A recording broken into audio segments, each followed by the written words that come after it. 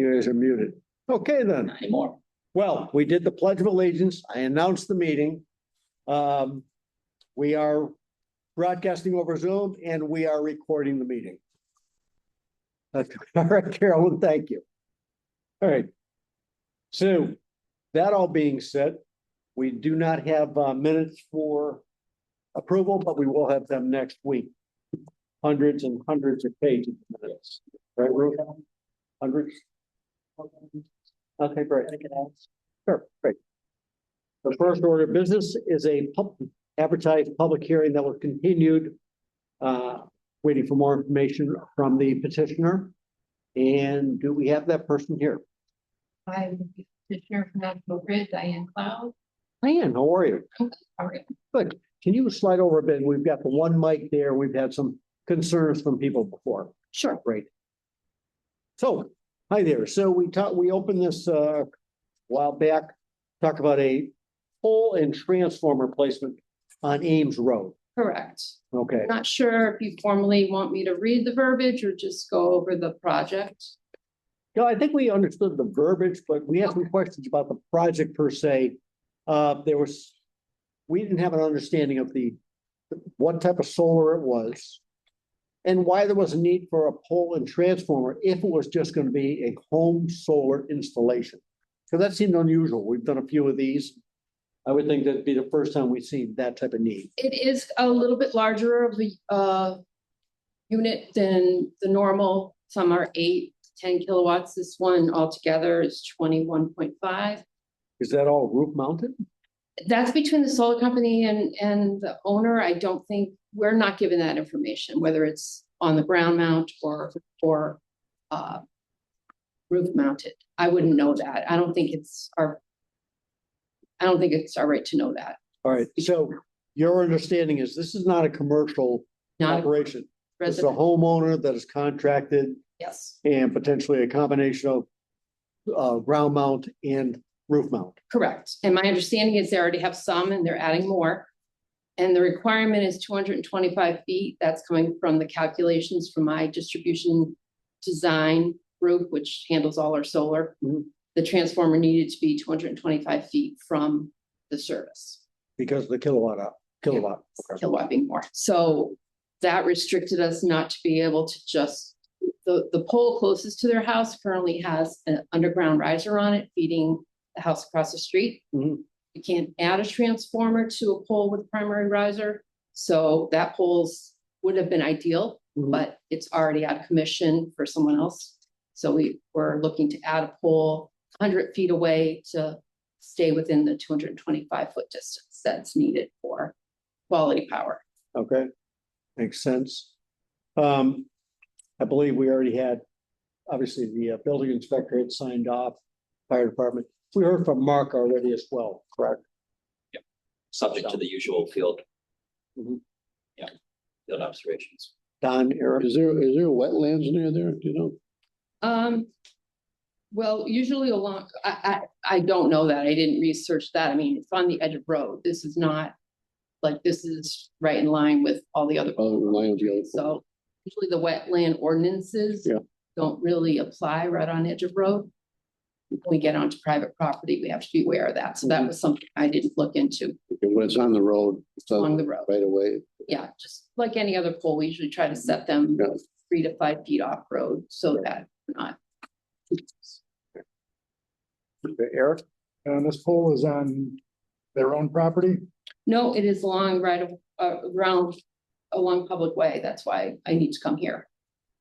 But it's in front of their house. I mean, it's close to their house. Yeah, it's on the house. It's not. It is on their frontage. Okay. It is on their side of the road and on their frontage. Yeah, this is when you say the town's right away, this is one of those roads, Eric, that was in existence when the town came to be. Kind of like there's no defined road, right, as there would be for some of the newer subdivisions. Right. So, generally the right of way is from the crown of the road. So some right of ways are 30, some are 50. Right, this would be, and the pavement's not based on the travel, this would be between the 26 and the 40 number, right? All right. I know we have a couple of neighbors that were here to listen to the presentation. And hopefully this brought more to you. Any questions from you all? I just wondered why they can't use an existing pole, which is only about 25 feet. to put in. I think of what she said, because the law doesn't allow them. Go straight in the yard is probably 25 feet. Yeah. Again, probably the way of the transformer, the way of the wire, stuff like that. Keep in mind, this is pretty, I imagine the wire size is a concern because of the, 12 kW is pretty huge for a home installation. 21, right? 21, yeah. So But again, it's about safety. You can't put transformers on a pole with a danger of maybe that pole's not strong enough. Well, the other thing is, are they going to eliminate that? If they put this new pole up, are they going to eliminate the pole, which is? Which is the pole shown as one of those numbers? So the pole with the pink with the half pink, that's the proposed new pole. It's actually 75 feet away from pole 17, not 25, according to the notes I've been given. And 100 feet away from pole 18, which has the primary riser on it going to feed house 150.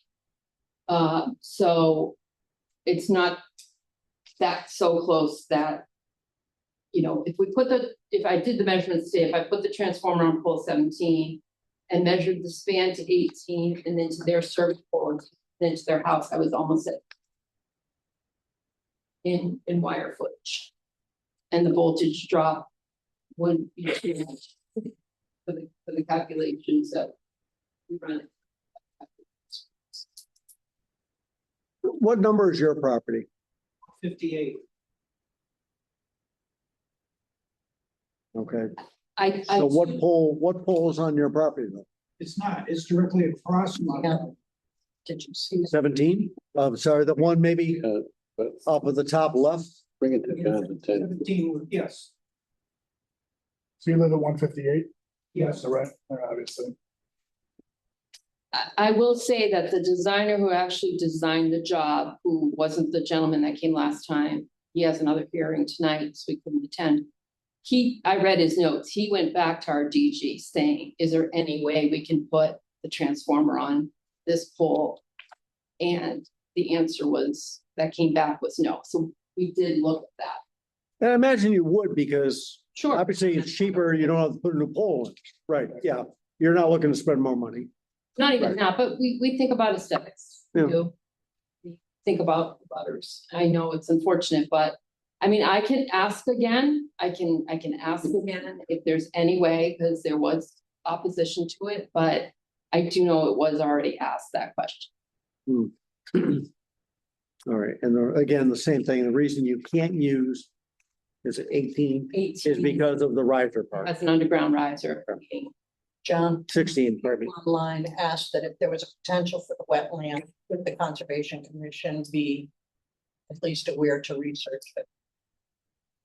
That came from Carol online. Yeah, I would, this is at the top part of Ames Road, almost to the program lot.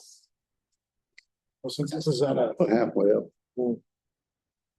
since this is curb cut, since this is a curb cut, I would imagine it's not wetlands. It's Since it's on a curb, right? Like a public way kind of thing. way curbs, so it Yeah, it shouldn't be wetlands. It's gonna be a lot of lines anyhow. Right.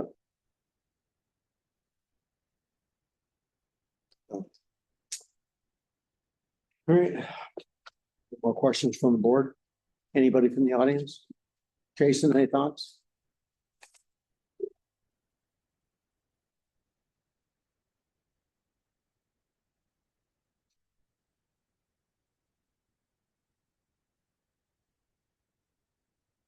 Don, you're. And if we have no more questions, I'll entertain Who have, the resolution. Yes. if and when they put the pole in, they redo the wires, so we have 6 weeks. Before I answer, let me just think through this really quick. Definitely not for setting the pole. No, I mean, they have to change the wires over and connect the transformer. Correct. The transformer wouldn't be an issue. The only thing that they usually do this live, I would guess they wouldn't need to, but they're gonna have to run new primary because currently that span is a road crossing. So in order to splice in more wire. We actually have it as replacement from pole 17 to 18, brand new secondary, brand new primary. They usually can do that all live with jumpers. So I would suspect no. If for some reason they needed a quick outage, they would do a knock at the door, but usually this work is all done live.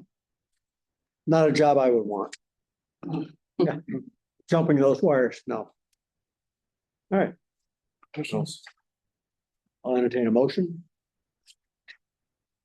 All right, so moved. Second, And we have a motion to grant the request for a pole permit. National Grid, all those in favor? Aye. Aye. Thank you. Thanks for coming out. You're welcome. You want to talk about double poles? If you need to, I will. I mean, I can take any information back. I don't have my inventory. I don't Don't have. have his inventory. But we do have a collection in town that we would, I know you try and work between, Any addresses, I can make sure they're in our engine system, which is how the three companies communicate. Yeah, I know. Grant prefers, then Most of the data in there is not relevant, but that's fine. the relevant in the engines program. Yeah. You have access to that? Yes. Why would it be not relevant for Hampden? Don't get me started. let's not get them started. Because in the past, when I've looked at it, there were double poles in there. Weren't double poles in there that exist. For instance, about 2 years ago, I was told that there was none on Wilbraham Road, on Allen Street, but I took the time to drive down there and counted 42 of them, which they eventually removed. Hmm. Same thing that there's some on Chapin Road, some on South Road that are in there. Then there's other poles that have been removed long ago and are still in there. And it don't say works completed or anything like that. Yeah, And I think the last company off should be the one to do that, yeah. that record Yeah. as null and void. Verizon's You the mean- last one off and the last one to, and they take the poll, that is the agreement. Right. So I'm not pinning it on them, but Yeah. I'm not the clerk who runs that. Yeah, well, I have the email. I have the email for those people.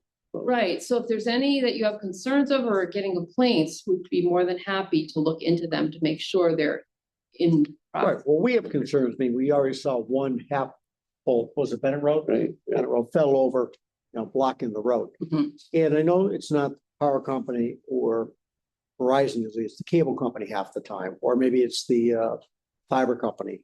Mm. It's the other services on the pole that prevent, they've got to come over and move it.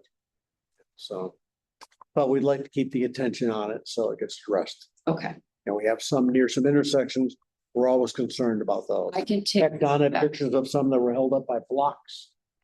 Like a house being They moved. prop them up often if they do, Right. cut and They kick. cut the base off. Cut them and they just put They them. put them back in the same hole, and that's preferred because it's less disruption around, and sometimes it's because of risers on the Right. pole. Right. I can certainly mention to Naomi, she's, Yeah. yeah, that, Yeah. He's a good person. because she would be more than willing to work with, you, had more needs. or- Yeah, so speaking about the grid, you were very responsive for the issue that was happening on Baber and Colony. When it came to our attention and maybe by the standards that we had before, I think the attention that you guys brought forward and addressed the situation was very commendable. Good. We've had a couple of people ask, when is the remediation for the property coming along? And of course, the answer is, well, we can't do it when the snow's here. When the spring comes, we'll take care of all the lawns. Right, And that promise was made during the public hearing we had back in December or January, something like that. Yeah. So anyhow, bottom line is for that project there, I think the grid was very responsive and we're quite happy with it. okay, would you like me to follow up with that, just to make sure? No, I'm just sharing to you as an employee that, Okay. good job. We're working with Nyani Yep, and I think Quentin. The guy at the, Quentin, Verizon, Quentin? no, No, somebody else. Okay. contractor, I think, yeah. Okay. Great, All right, thank you. thank you. All right, next, if we could, Ken and Jason, come on up.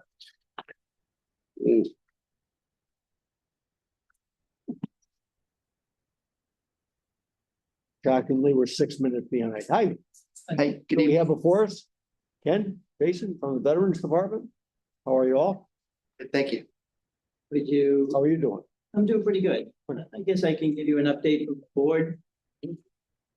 It's been an active year for the board. We brought on Brimfield Okay. and What towns are in the group right now? it's Hampden, East Long Meadow, and Brimfield, Wales. Wales? Wales. Thought they had their own BSO one time. Or was that Holland? Well, Holland's got their own BSO. So they used to be and then they went to their own, right? So, I mean, the positive about that is we kind of spread the cost around and keep it a little bit down. Mhm. We have had some interest in Holland, but we're going very, very cautiously because that would involve some additional help. So right now, anything that they ask us to do, we ask Jason to do is on a temporary basis. We meet every month. Jason reviews what's going on. We're very proud to say that of the BSOs that are around here, Jason is the most accredited BSO. Mhm. There are other towns that do contact him for consultative type services. So we've held our own, and we hopefully by bringing on bringing on Brimfield, we're trying to keep the cost to a little. Mhm.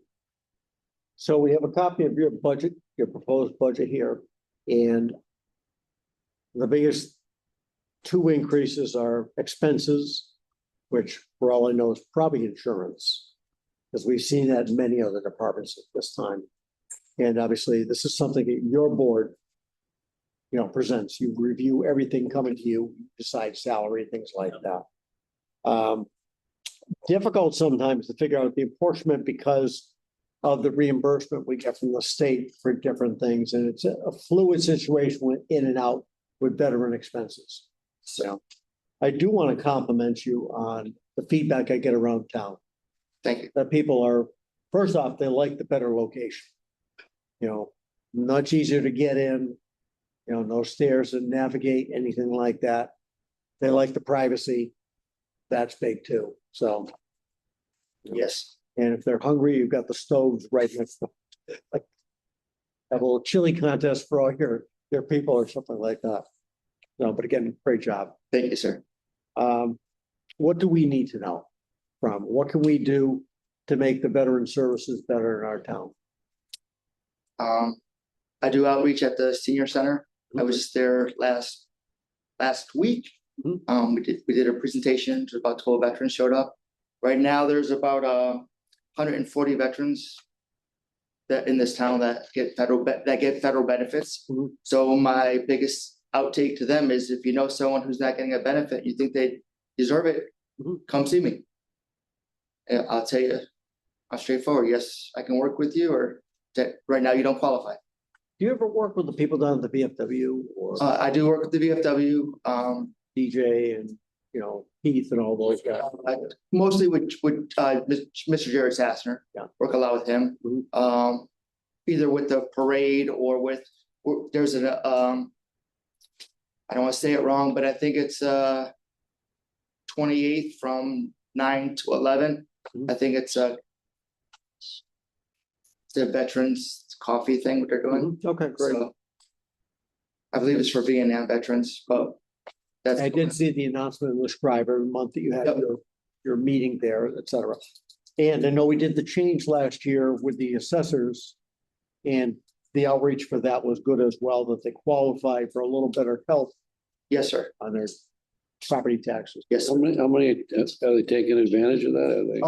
Right now, there's, as of, I didn't get the latest numbers, but as of, the end of January, it was 66 veterans were taking care of it. Wow. And there's no income. There's no income. It's a state benefit.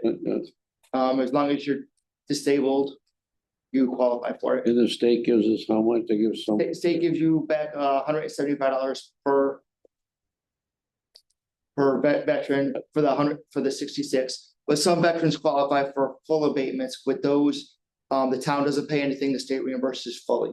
Mhm. So it keeps the veterans in the house without a burden on not burden, it's a bad way, but costing the taxpayers any. Well, I think in you know, the assessors and you all talked last at the town meeting, Yes, sir. that this is a, let's say, it was a minimal thank you. You know, a Yes. minimal amount of thanks to the veterans that helped them out, you know, for what they had done. Yes, sir. And I think it was overwhelmingly, it might even been declared unanimous at the town meeting. I don't think there was any pushback on it. And almost the question, is there more we can do? I think I'm good now. Like I said, just getting it out to the veterans who haven't seen me. Mhm. Give me a call. Do you have anything on the town page? Do you do Facebook, social? I know I'm young. I look young, but I'm old. I'm old in spirit. This is recorded, so.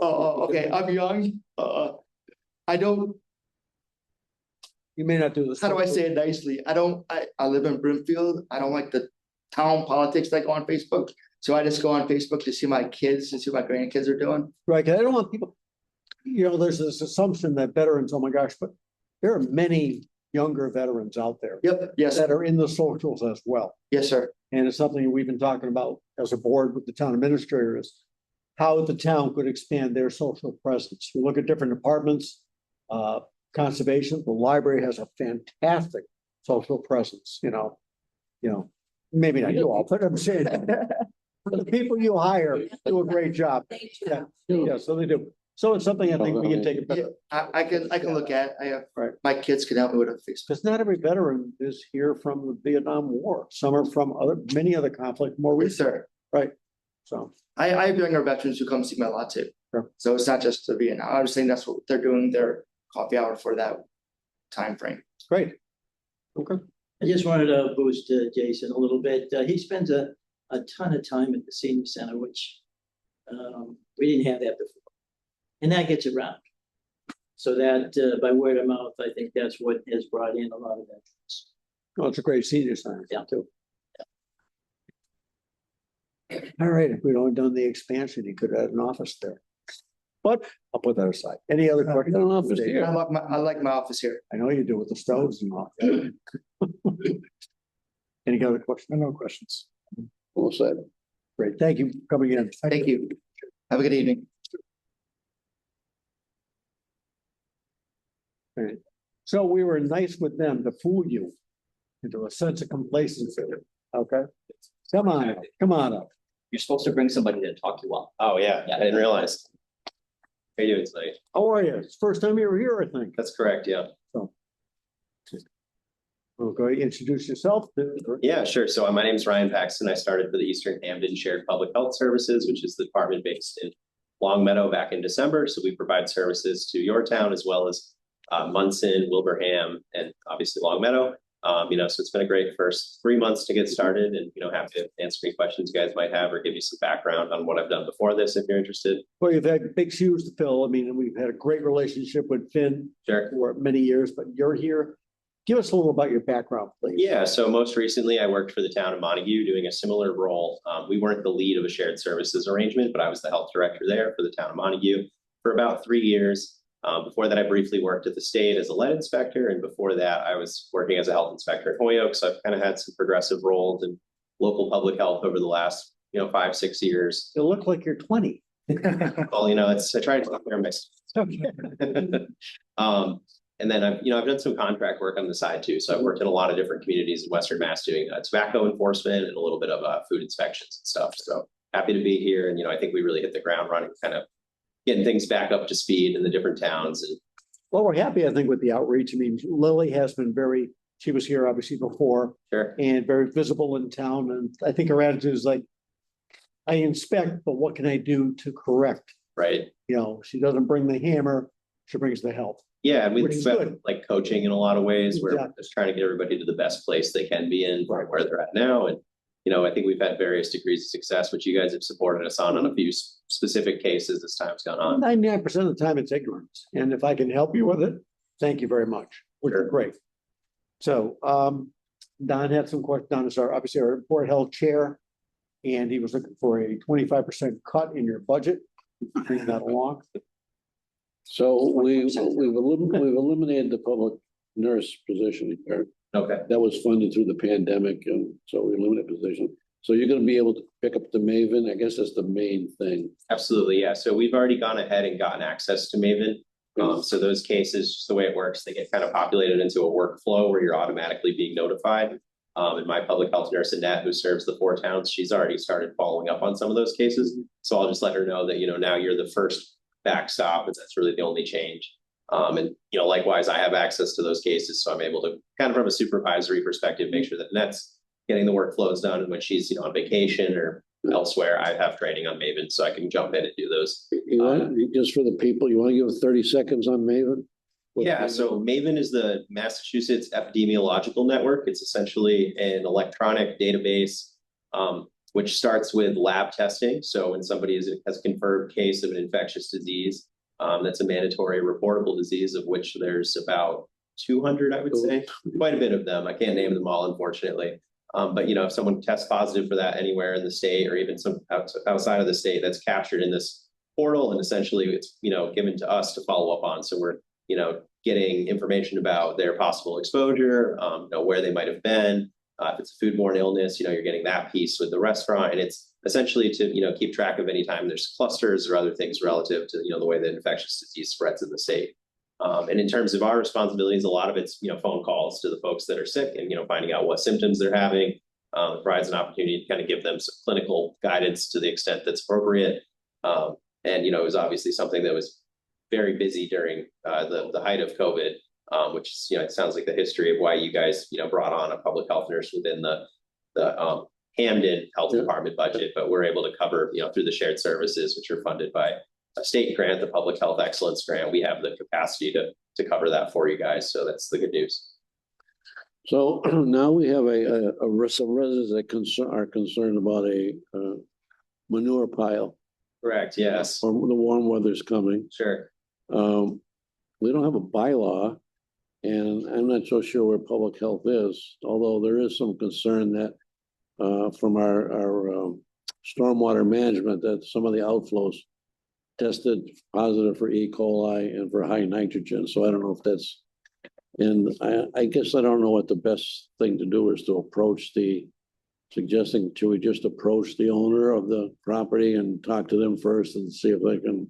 That seems advisable to me. So my understanding is this is a relatively large business related to essentially raising horses. So I think that, they do have a legitimate usage of the manure.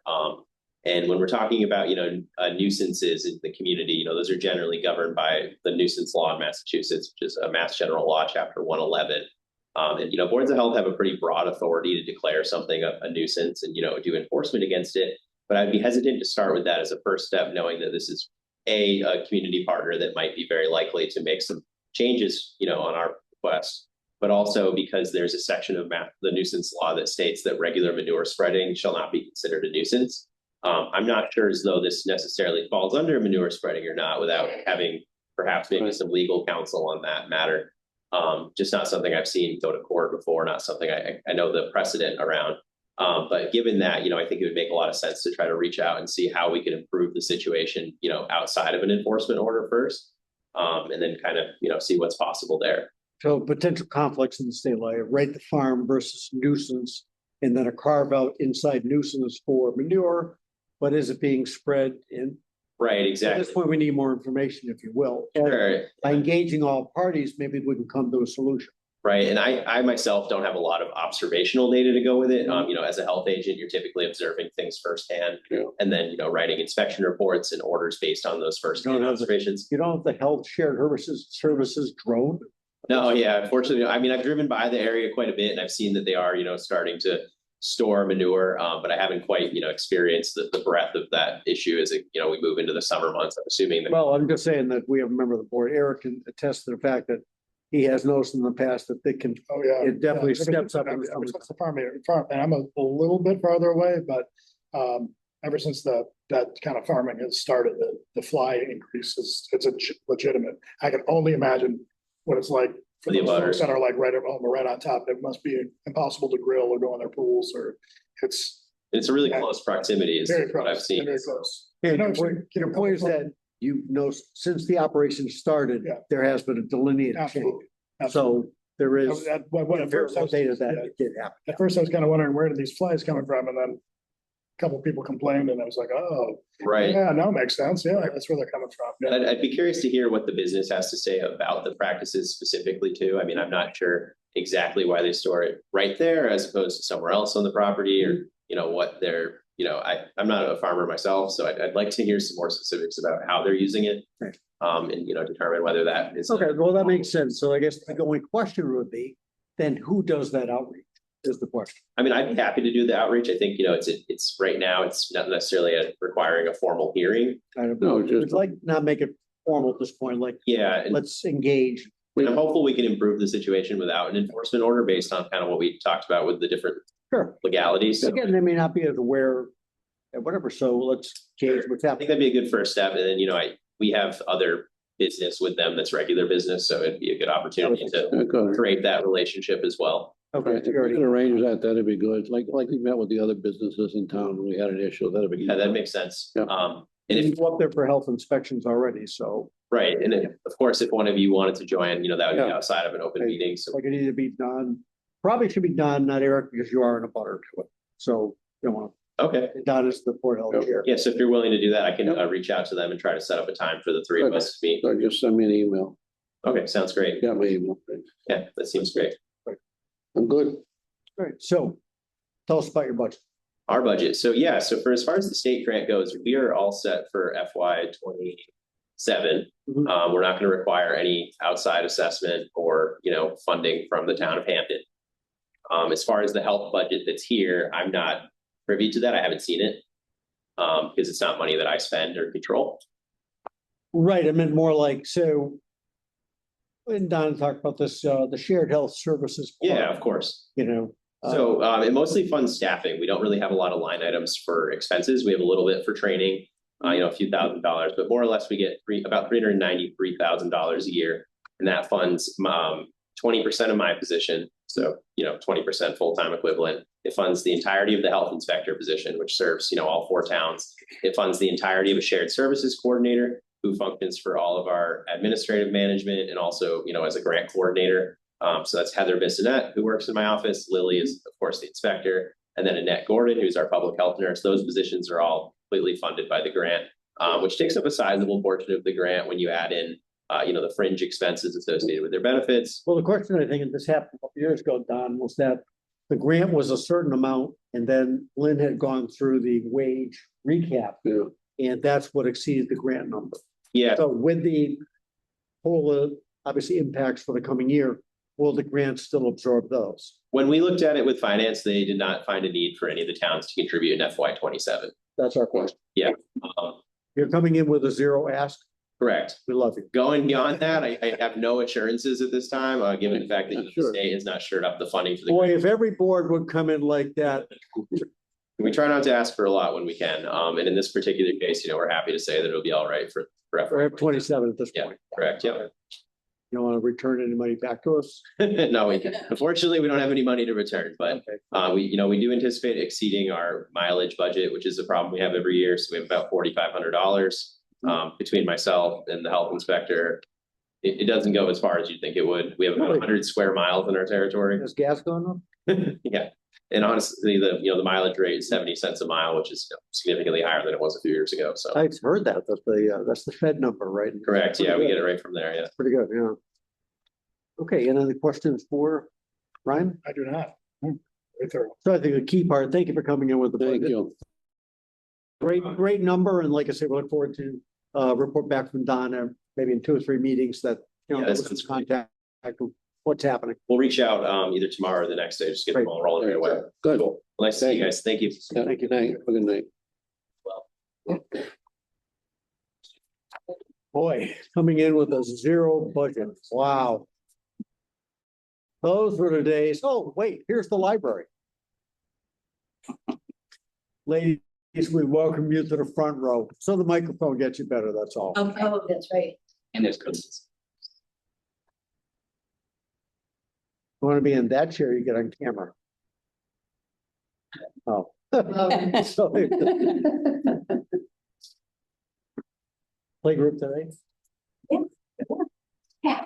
I know I was there. It was packed. I Yeah. didn't see you. Yeah, it was packed. Getting out of the rain. Oh, just I have to say, those kids have such a great time at playgroup, and so the parents and grandparents, you know. But next week, no playgroup. All right, so I'm gonna turn this over to Brian because he is our Mr. Shakespeare of this. To be practiced because he already gave the speech once. So Brian. Yeah. So the reason we put this document together was for Parks and Recreation and the library. Those are the other two, I guess, what we consider zones of the building. And those are departments that are not directly under the control of the select board. And in terms of budgeting and just how all the operations are going to work side by side and who's doing what, we wanted to get everything down on paper and in writing, so that when I'm not here or the board's not here or you're not here, there's something that continues on and will help inform future staff of, you know, what's been decided here and how it should be working. 'Cause things have a way of, you know, changing and evolving. Right, because For then the you bad said, right, reasons. the departments are separate departments. But the building and facility is under the control of the board, so that's, you know, there can only be one chief for that part. But no one has ever disputed the fact that the library is your library. And I do want to say, for the open house, fantastic. I saw nothing but happy people coming out of it. Like I said to Ellen, love what you've done with the place. A little nicer than when we went here, right, Kathy? A bit of a step up. Yeah. So that's the reason why we wanted to get this in writing. And I know it was sent out probably 3 weeks ago, 4 weeks ago. I don't know that unless the board wants to go through it paragraph by paragraph, or you just want to ask questions or provide comments. We only had 3. I think maybe Ellen told you. Did you get the edits? We didn't. Not in front of me, no. Oh, okay. But I could have. I'm not gonna Yeah. say I didn't, but Why don't you refresh his yeah, memory? refresh my memory. The first one was number 9. Yep. And the library has always large programs, summer programs, always cleaned up after. So we're not really sure what the additional custodial services ever would be. So we wanted just to put the library trustees will be responsible for providing details for the additional custodial services if needed. But we can't even imagine what that would be. Is this like before or after? Like, say they ran an event and for whatever reason, the event, something went all over the carpet and whatever, and now it needs to be a different level of cleaning than normally would be? Is that what we were talking about? That might be something that, and Like we if would they spilled in red discuss wine or that. something. The red wine especially. Yes, exactly. Yeah, we don't have that. So- They read, The Rochford room, I don't know. Heard stories. So just for some context, the way that the facilities manager is thinking about custodial services, it'll be 10 hours a week, essentially 2 days a week. So if there was services that were needed beyond those normal times, and that's what he's budgeting for, that's the concern, is that there's not necessarily funding to have the custodian come in, you know, on those off times. That's the So you want to The say reason what? for this. How do you want to put it? we just want to, that if there was either take it out, to provide the details why we would need additional custodial services. Because we don't have a budget for custodial services, a library. We clean up after ourselves. Right. We have So- 2, 3 big events a year. Yeah. We literally do the floors, bag it. Again, that's all I could think of. If there was like some horrible like say, something got spilled in the carpet in the children's room or something like that and needed. Maybe we need to, Yeah, I think we're saying the same thing. Yeah. So so I guess what we're trying to say is we're gonna have a custodian 2 days a week, 5 hours a day. If you need something beyond that, really at your request, we could provide it. But we don't necessarily have the funding to do it. So if you're gonna do it yourselves, if the library trustees are gonna do it themselves, then I don't see an issue. We're not saying, oh, whatever, it's so dirty that we need to clean this up. Right? It would be at your discretion whether you need those additional custodial services. is there an opportunity also down the road, like I said, we've got this figured for X number of hours. But we're really gonna get a sense of that after some time. And it might be that after a couple months, we're gonna find out, 10 hours was too much. We can get by with 8. And now maybe there's a couple hours in the bank, basically, for these things we talk about. We're still feeling our way through a bit. Right. You've only been there coming up to 3 months now, really. Yeah. So, It's just the wording, the library trustees will be responsible for providing the additional custodial services. We don't have any means to go out and hire people to clean all the rugs or whatever. But, and that's why if there was something, we would want to come to you and say, look, we're in a bind here. yeah, it be rephrased so there's more Yeah, I'm sure of a they will. conversation. I Type thing like, I think we're saying the same thing. Yeah. This isn't meant to imply that and I don't want to speak for the board, but that the select board would come to the library trustees and say, you have to pay for this extra service. I don't think that's what's intended here. So we can work on the wording. It's just meant. Yeah. We have somebody that's twice a week, probably 5 hours a day. And if we need something beyond that, we gotta talk about it. then the library trustees would have to arrange for that. So it can be something along those lines, if that makes sense. It's really at your discretion as to Yeah, whether you need those. Okay, so Yeah. that's an area that We can't- for working. yeah. Yeah, because we don't have funding to do it. Right. And I can't really imagine that there would be, Well, I think about Anything. all the events we've ever had, even in the Rochford room, and that was all carpeted. And well, again, same thing. So you expressed, so let's work on the Nothing's wording for that. changed. Right, so we moved here. if it's ambiguous, we'll work on something. Right. Okay. And I don't why did we never have this 625 Main? I never remember signing off on it. I don't know. It would have been good, but You can call Bob and ask him. I like the idea in terms of expectations, laying out the Sure. roles. number 12.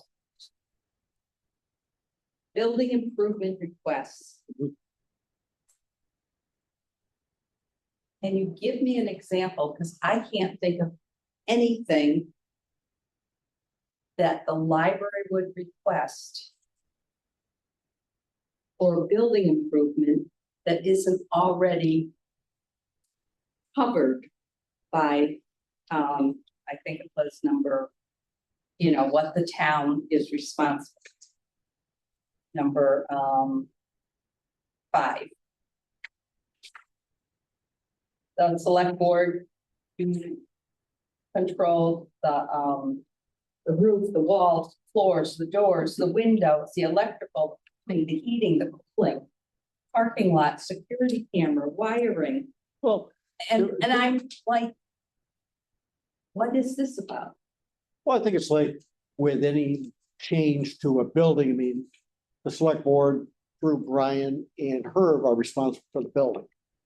Heck, I came to the open house and I think might have been you, Kathy, we were joking about, those old lockers, we should get rid of them and make shelves for books or something. And then somebody said, well, we're already doing that. Like, can't be because we don't know about it. Because that's under our purview. It's a great idea. Yeah. But that would need to go through Brian and Herb for it to actually happen, I thought Herb was doing it. not according to him. Helen told me on Saturday. So, the TV went up this week. And I asked Herb, did you know about that? He said, I don't think so. Is that a building improvement? It's in the building. It's not in the library, it's in the building. It's out in the hallway. There's wiring. I think it's a great idea. Gotcha. It's a great idea. You know, any electronic sign, hey, this is what's happening today, good. But I think what Brian's saying, we all have to be in the loop. That type of thing.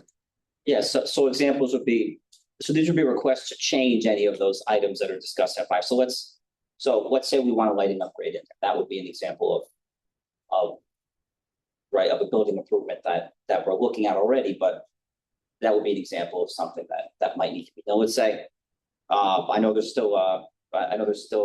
there might be some ceiling tiles that you want to change or things like that. You know, improvements to the building that you would want to submit and see done to the space. Right. You came to us before, and right now we are working on the change for the handicap access to the ramping over there. Oh, good. Now I don't want to speak. Now that winter has passed by, although we all live in New England, something could, I know. Don't tempt fate. Don't tempt fate. Thank you.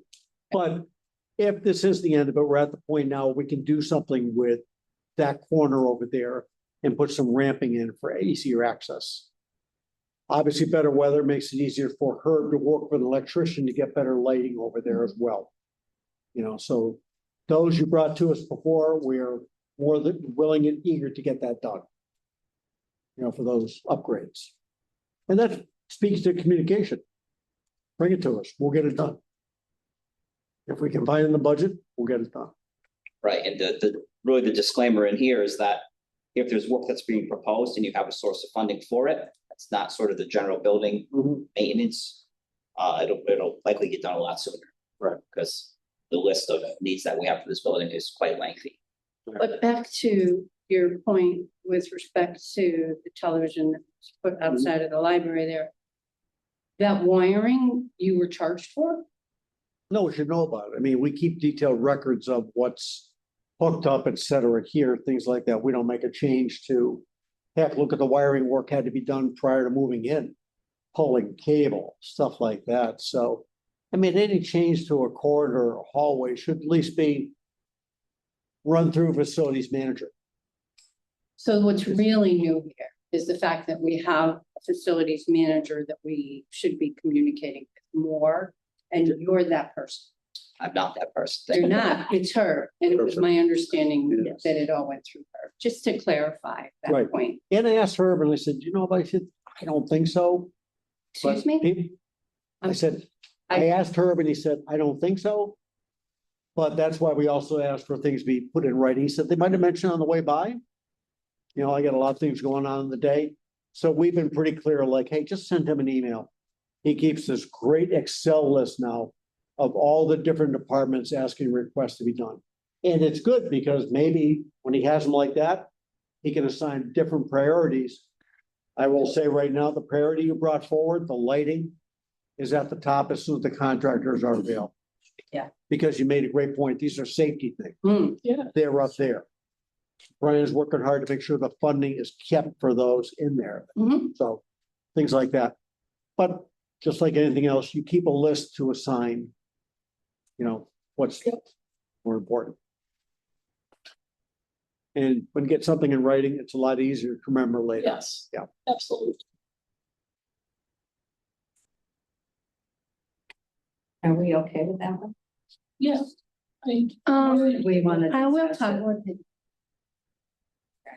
I think I was saying, I said, so work requests will be prioritized, you know, in terms like you're asking for this, but So you're. heck, just like you saw, we just had, you know, Jason and Ken in here.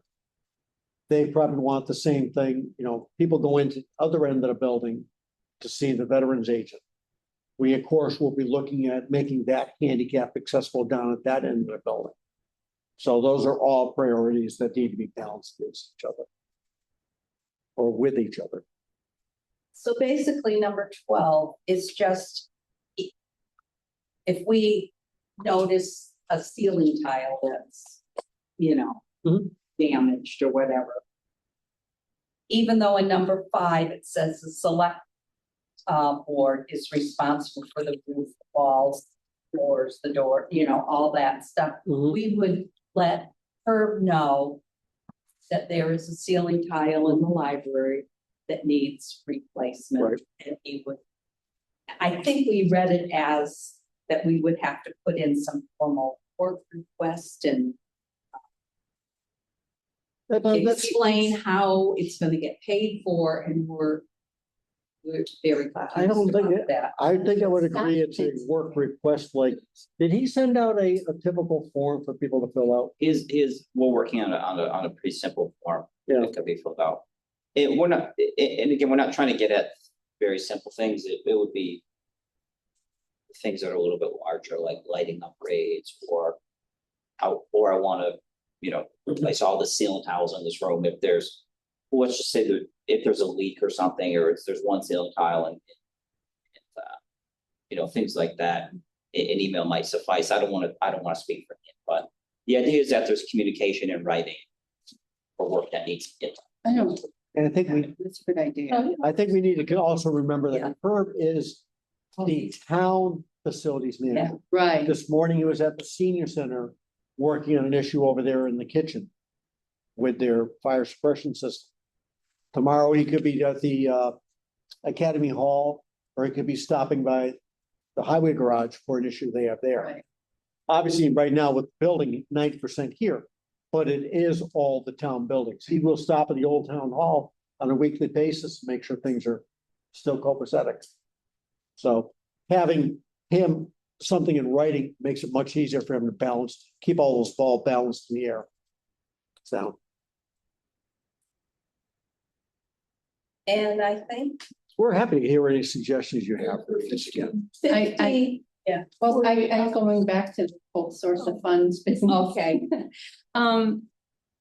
We were even suggesting to omit item 12 completely, because as far as we're concerned, other than submitting a work request, as far as we're concerned, nothing's really changed from when we all lived over on Main Street to where we are now. So part of me recognizes the need to do that for somebody that has the scope of job that this individual has, but when I see things like source of funds, then anything that we would do for the library, it's a municipal building, it would go to the town and then be voted on and agree to if it was above and beyond a simple ballast change, Mhm. That's only my point. Is it really necessary to have item number 12? So the reason that's it, so we'll put together a general building maintenance count that's funded annually. And that's gonna cover anticipated, it's gonna cover things that we anticipate we might have to repair or replace throughout the next fiscal year. But for larger items that exceed that amount, we're not gonna be able to fund with that. We're not gonna be able to fund those. So you're correct that it would require a separate town meeting vote. But let's just say there's an account that you have money that could cover it. And maybe it's not the library, maybe we have very similar relationship with Parks and Rec as well. I don't know, maybe there's a donation or something that comes in to do something. That's the only reason that we would have something in there. Because if there's money available, it can get done sooner. That's the point. If there's money available, it can get done sooner. If we know there's money available, it can get done sooner. Because then we're not trying to prioritize it behind all these other projects that are competing for whatever the building maintenance fund is. Sure. Let's take an example. Go back to the lockers. You might say, we'd like to take out the row of lockers outside the Rochford room and the children's room. Okay, that's a great idea, but right now that's in phase B or C because the funds the town appropriated aren't there for that type of thing. You might say, well, the friends are willing to pay for it. There we go. That's how you identified the building work and a different funding source for it. Something like that. Mhm. Okay.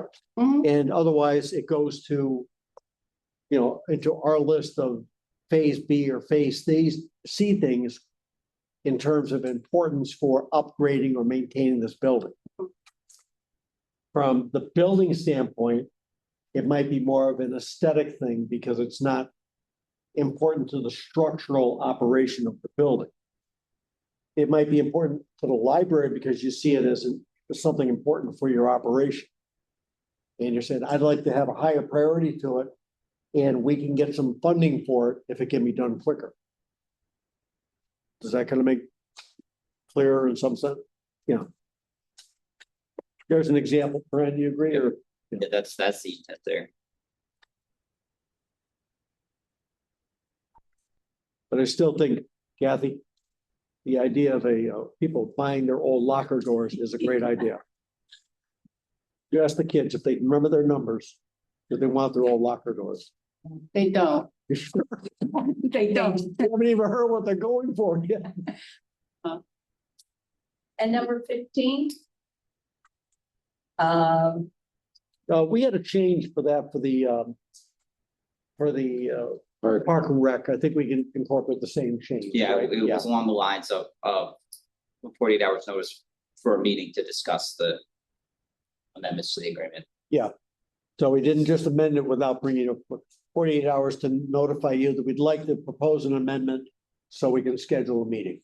Okay, Yeah. so the wording would be, because it sounds like, I know, it's 48 hours. right, and they made that point like, hey, by the way, we're gonna tell you, and that's it. Yeah, no, Just to discuss with Right. the Hampden Library trustees, because you Don't need think- 48 hours you need 48 hours to post if you need a meeting. right? So we'll give 48 hours to start a discussion, if you will, of a proposed change. We're not going to amend without bringing you in for a discussion. Consultation. Right. how do you say that? One more time. But this is, that's Well, 48 hours to notify us Right, the wording is different now, so that we would schedule a meeting. schedule a meeting. Right. Because, we meet once a month. Yeah, but the 48 hours is the posting requirement, that's all. So that's where the 48 hours comes from. And how would we know that? That it was That's a posting. posted? No, it just means that's the time it takes. It's open So he meeting would law notify. requirement. So that- right. Again, I understand that. again, we're talking, like you say, you meet once a month. This is nothing that's gonna happen quickly. I think we can come up with some wording that say the select board reserves the right to amend this after consultation with the trustees at a posted meeting, Or 30 something days. like that. Or 30 days. I think 30 days would do it. Well, you can't post a meeting without talking about it, so automatically that's gonna be 30 days. Okay. Got a joint posted meeting or something, which is gonna force you to be that long anyhow. Yeah. Right. Something like that, so, hey, you might propose an amendment, but you're gonna have a meeting with us about that. Right. Okay. Look, Well, bottom line, communication. so we're gonna just kind of Change the language. look at the language and we'll get a final copy of this. Yeah, I think I can work offline with the trustees to find some acceptable language that. I'm good. You good? Okay. Okay, now you do talk about, and I know you probably meet, not again. We'd like to move this along in terms of getting it done. If I could make a suggestion, this is something Brad could probably get these changes done within a week. We'd like to invite you to another meeting. And as a suggestion, what you could do is you could post yourself prior to our meeting, look over the proposed suggestions, and that way, if you're agreeable to them, when you actually come into our meeting, we get it all done. Like say you had them done this week. Send you an updated copy Wednesday. You say, okay, I'm gonna be on the select board schedule for next Monday at 6:30. You post the library trustee meeting for 6 o'clock. And you sit in your room, okay, here's this, how we feel about it, boom. Okay, we're good, or we want this change.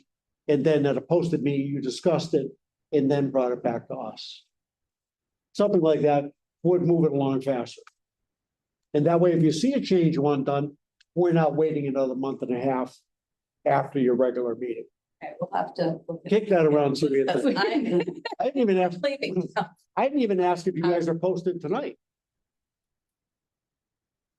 What's that? I didn't even ask if you were posted tonight. Well, I think we'll treat this as just informational back and forth. Oh, yeah. No actions were This required, isn't a, right. Meeting. That's what I'm saying. No actions were required, so it's just informational. We haven't Right. decided. Hmm? We haven't decided on anything. Exactly. Right. But please, pick a cookie before you go. No, thank you. So Okay, so again, communication, communication. Listen, wait for you. Deal. Okay. All right. Thank you. okay, thanks. Thank you. But Gene, Mhm. talk to the kids about the doors. Taking them off. They want it, no, I'm telling you, $5 for their old locker door. Come on.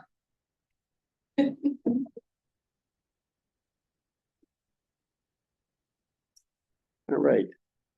Budget review, Brian, you did share that you had no suggested changes. Don, you had a couple of thoughts? Not for the selectmen budget. Okay. Are you suggesting then that it's time to maybe have that joint meeting with advisory? Because there are budgets we don't know about at this point, Yes. you know. What do you think, Eric? I mean, right now, I agree, we've met with, I think they've met with everyone. Right now, it's time to talk about big picture. big picture. Okay. Great. So next Monday, see, I think they met with, I'll be here, really, God willing. You never know. the creek's gonna rise. All right, great. Okay, warrant review, any big changes, Brian? Well, I think this is where Don wants to have a discussion. Okay. Maybe, I got a cookie in my mouth. oh, hold on. Eric, what are your thoughts? Well done, truly, well done, doing. Well, Budgets, so Article 4, I got a question here. I got lots of questions on this. Okay, so Article 23 says purchase or conservation, North Road. Yeah. Right? We already pay for that? Was that the one we already paid for? That's the money that was already appropriated, right? From the CBA money, yeah. Okay.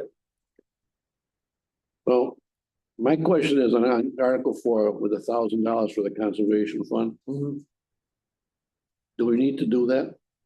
They're getting 4,000 from the, 5,000 from the Amoresco. Mhm. I'm not sure where that money is going, if it's going into the revolving account or if it's a separate account. I'd have to look at the lease we signed for Amoresco. Right. But whatever, because that designated the $5,000 payment. Right. So, I mean, if they're getting 5,000, I'm just thinking of ways to shrink, you know. So that we might want to take that one. I'll think about that one. Okay. So Article 8, okay. Transfer station, we have to get the hauling bid. Yep. And before we can decide anything on that. We're not at that point yet. At that point, yeah, so. Are we at the, I can't recall, do we have one more year of, we're allowed to extend, or was that the last year to extend? I think it was the last I year. think it was last year. Okay. With 150, Article 9 we're taking out, right? Article 9? Yeah. Well, we can take it out or just take no action. Okay. Still think it needs to be discussed, so. So the compact loader and dump truck, what are they doing with that? Well, I think that's for us to decide. I mean, I'm of the opinion that we take the loader out of the 2026 chapter 90 book. That at this point, was going to be paid for the part of the South Road Bridge, and now we don't need to. Right. And we didn't really have another project that was taken away from. So I think that's a good use of it. And it still actually leaves a little money in chapter 90. If that was 250. And if you can still get that same deal at 190, we're still got Only a few bucks in there. right, a few months to do something. And then the dump truck. Well, here's the thing, I don't know if you can split it. Now, like you say, okay, well, we're still 60,000 left in chapter 90-26 money, but that toward the dump. Or do you hate to already give away the 2027 chapter 90 money? Yeah. And I really, that number looked really good and from email from the state, 400. Yeah. But I still don't have a hard sense of, does that mean we're not getting a fair share? That went up to 400. Yeah, They all what about- lumped it in one day. Yeah, Right. but the rural roads plus the rural roads. Right, money. now we're calling it all this, because that would be a heck of an increase, you know, Yeah. in 1 year. Especially when it's still a $300 million bond bill. Right? Are they taking the casino and getting more money? I don't know. Right. So the dump truck right now. And the other question is, can he live another year with it? Honestly, I'd say yes. But can't keep kicking every capital thing down the road. Okay, You could take the pickup truck. Oh, that might be too small. I don't think the pickup truck can go under chapter 90. That's what I'm afraid of, unfortunately, yeah. It's too- So that would be the right amount of money left over. I'm not sure. Mark made a comment about the pickup truck not being eligible. That's what I thought, yeah. Then, just to go back to compact wheel loader. We are investigating, but we are still trying to sort out the South Road Bridge bids. There might be some technical issue with the low bidder that we're still trying to sort out. So we'll have to see how that plays out. Okay. Okay, but my understanding from the emails back and forth, even if you had to go to the next one, bottom line, I thought they were covering the whole thing. Basically, the small bridge program was good up to $1 million. Small Bridge Program has awarded us $740,000 Because that was the number, Right. this number. We are submitting a request to amend that amount. right, because I saw the email about the fair thing and Yeah. said, small bridge cap is 1 million. Yeah. So even if you had to go to the other vendor, you could resubmit to the small bridge program saying, okay, the first one was disqualified, the second guy is an extra $80,000 or whatever. We'd like you to cover that difference because you put a guy on the state list that turned out not to be qualified. Yeah, Your so, responsibility. so, Well, not that he's not qualified, he just only qualified to $740,000. Yeah, yeah, right. so there's gonna be my updates, but there's gonna be a meeting at, it's 11 or 11:30 Wednesday morning. At the bridge. To talk with, yeah, at the bridge, to talk with MassDOT, the administrator of the Small Bridge Program, Tell me it's. so we can make Teams that meeting. request, Tell me it's Teams, probably, I hope. and they have a second screen. They bring So- everybody in the department. Hopefully we'll have an answer soon about that. You're gonna ask them about Rocket Dundee at the same time? So one at a time. All right, so I still, I don't know how, Eric, what do you think about the wheel loader? Got the 90, Yeah, I think that's a great usage of it. We Yeah. have leftover money. I know it's gotta be used. right, So I think it's a great appropriation for that. It's kind of a way of getting what we need without hitting the town's, budget. what's your thought on the dump truck? What's your recollection of the talk with?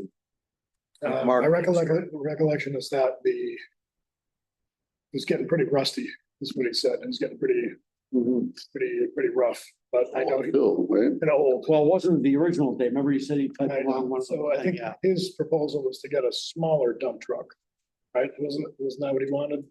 Smaller dump truck, This was a stainless steel body or, with a stainless steel body to try and save some money. They got so big. So he's trying to already condense as it is and,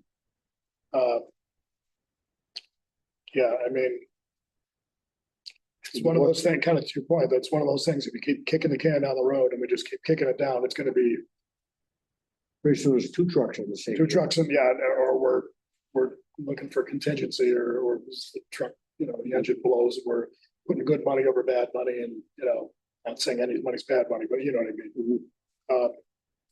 And then at some point, we gotta take the bite. This might be that time. And it'd be good to investigate to see if there is possibly after the whole discussion, if there still is excess chapter 90 money, if there's a way to kind of, is there a way to split it? Or is there a way to kind of get clever with that? Yeah, at least you can take a bite off of it. Take a bite off it, yeah. The pickup truck, I thought he made a good case for the fact he's got a pickup truck, it's got 100 grand on it. And by the time town meeting rolls around, it'll definitely pour on it. Oh, yeah. Yeah, and if we wanna keep our roads as clean as they have been, get to have the right equipment for the job. I still haven't seen it. We saw this done back in the Capitol. Because Thad was really good at it. It's good mileage count for every town vehicle. That was like good at keeping that up saying, we got X number of trucks in the highway department. I haven't seen one from the police department in 2 or 3 months. Mileage count. I thought our plan, we kicked around that if we do a cruiser, instead of trading it in, it goes down to the animal control officer and get rid of the bills for keeping the other one running. Barely running. Downhill's fine. Article 15. So is 6,000 for fire department radios? I guess I got 2 thoughts about that. Is there any chance that could go under the dispatch grant? Maybe you should check with Tony, plus we gotta negotiate that anyhow. And also, there's currently $14,000 as of the end of February in the fire department maintenance account. So does he have that encumbered for something, or can we buy the radios out of that? Or we never use the $10,000 that we always pay into the Hampden County Retirement Fund. Could we transfer that to pay for the radios? Like we wanted to do that, remember, to pay salary, but she didn't need it, so. Okay. So those type of things, again, come May 1st, we can vote line to line anytime. Yeah, I'll follow with that. I had a quick conversation. So I did write this incorrectly. They're pagers for the fire department. They're pagers, not radios. Pagers, yeah. And we can discuss it. A little bit. Pagers, that's with a P? PAI. GERs. Yeah, some services. All right. Handguns. Handguns for the police department, so that's estimated at 15,000. Again, in that particular account, we're gonna have an excess of FY 26 money in the salary account. So could we do the same thing, transfer the $15,000 to pay for the handguns, and that way it won't go against the FY 27, because we've already taxed the people for the 15,000. That is possible. Thank you. Right, Yes, I'm confirming that's possible. right. I mean, obviously it affects the potential free cash for the following year. It is 6-1, doesn't the other, but it takes a few articles off the warrant here at this point. Yeah, and it's already money that's been taxed. All right, roof, I don't know anything about the senior center. I can speak. Oh, on that. you know what? Same thing, we're talking that we appropriated the money for the HVAC upgrade. I think I mentioned last week. Can I interrupt? We gotta put- Just one second. Go back to the police department. They're requesting $800 for Narcan. We can take that out of the opioid settlement. We get $4,000 in the opioid settlement. Seems appropriate. $800 isn't a lot, but it's another $800 off the tax rate. That makes sense. And certainly relevant. Yeah, yeah, they could take it out of that. They could do it right Do we now. They could do it need to? today. Do we need to, or we need to authorize what comes out of that? I don't think so. I think they can go. I think Narcan is one of the things that they specifically say they could just appropriate, but. Right, that opioid thing, we had talked one time because there's that group at Minichog, I think the lumberjack, above the influence club. And doing maybe a donation to them for their expenses, so it's relevant to that. Right. I think we did. Roof and windows, I think we heard last time that town had appropriated and reappropriated the money from whatever for a total of roughly 240, 250. Don? Yeah. Yeah. We're hoping that the bid is actually gonna come in considerably less than that, which might leave enough to do the windows, do the roof and potentially the windows without much of an additional appropriation. Brian, is that what you've heard? That's what I've heard. The bids are due on 26th, they'll have a better idea. Right, but they're hopefully that we're gonna have a considerable amount underneath the cap, which will allow a minimal, if any, for the windows and roof. And the other two is pretty much Brian. Yeah, We don't know if there's a program available yet for the upgrade, right? right, so we're still waiting to hear back from the, for the, I don't want to call Eversource consultant, but Eversource approved consultant Do you, on estimates for. It's like the people did before Prism, all those people that come in. You know, what's the number this year? Is it 60-40? Is it, you know, I mentioned before we had an 80-20 and then they went to 20-80. Bad. Is this number is the corridor, just the corridor, right? Oh, that's listed here? Yeah. So this would be in addition to the corridor, because I believe we're gonna try to do the corridor this fiscal year, correct? Yeah. Yeah, so this would be additional removal. So what part is this? And right now, the number we had before was the corridor going down towards the old meeting room. So this would cover about, will depend if we did the hallways or not. So so this room was about Which would be the library corridor and the center corridor. 9, right? Yeah. 8 or 9, so this would do additional rooms. So maybe 3 additional rooms or additional hallway. Based on the need of the rooms. There's some rooms that are in pretty, Yeah, but I always think, spaces that are pretty rough shape right now. true, but I always think that hallways are more important, more traffic than like an office with people, desks are on top of everything. Yeah. And the traffic area is pretty small, Yeah, the Board of Health rooms are pretty rough shape right now. and that wouldn't be hard to clear out either. Right. And the sort of the side hall, the back hallways already been. That's been addressed. It wasn't in Parks and Rec. Yeah. So the side hallways are not in that rough shape. Back hallway's been addressed in terms of, they did them already? They did them or we did them? They did them. Because from in front of the kitchen in the gymnasium, between the kitchen and the gymnasium is a different type of large format tile. And then I think the rest of that is 12 by 12s, I think. So they contracted with the Biden had it done? So the school did it. Oh, so it was done prior to us? Yeah. Okay, perfect. Yeah. All right. So that would give us, if, so we have this, so we do have 13,000 left over from the move that we could apply to something. Mhm. Because we have about $13,000 left in that account. so again, that like we could transfer that, do it now. I mean, do it. It would This just fiscal require, year. it would require. That's a town meeting. warrant article. We need a Oh, you hired Tom and So I do that. warrant article. So that can be, You need to be more ambiguous with your warrant article. yeah.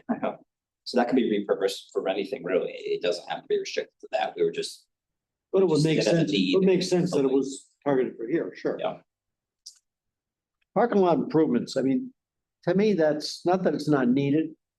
But I think we need to hear from Mark first that he hasn't got a bigger need in town. I do go back to the fact that people drive around. Man, I haven't found a pothole in town yet, but they're all at least on Meadow and Springfield. I got they can hold the line there. Yeah, but There is some. Man. so I'm not sure if he's got a couple of roads that are high need right now. I don't think we heard that from him last time he was here. And Eric, I don't know if you've seen any, major road problems around, but Most roads are pretty good, but. this also you know, could be, a drainage thing. Right. He may say, we've never addressed the drainage on Glendale or Wolverhampton Road or something like that. And we're also, if it's all right with the board, we're gonna explore how to reduce some of the pavement in this parking lot. I think there's ways to do that. Well, really? So we think there's a couple ways to do it without losing parking spaces. Okay, that, like, First of all, and then I think we can also discuss whether we can have some reduction in parking spaces. yeah, we have a town meeting here, where you technically have to have, Park on the grass, well, they did that for the tree lighting, yeah, but. Like a park in the rain garden. park in the rain garden. Soccer field, you said, what? We really don't max out this parking lot, Except. except twice, No, wait. except once a year, so, Yeah. I mean, it's I sort of. know that, but I mean, you can't restrict it because that would be like you didn't make it accessible for. Unless you're saying that we could. The front row could now not be paved, but it could be a surface that can be parked on, but doesn't need. The upkeep that a paved surface does. Yeah, and I don't know, it was just something to possibly explore to save costs on the paving. Sure. But not necessarily make any decisions that.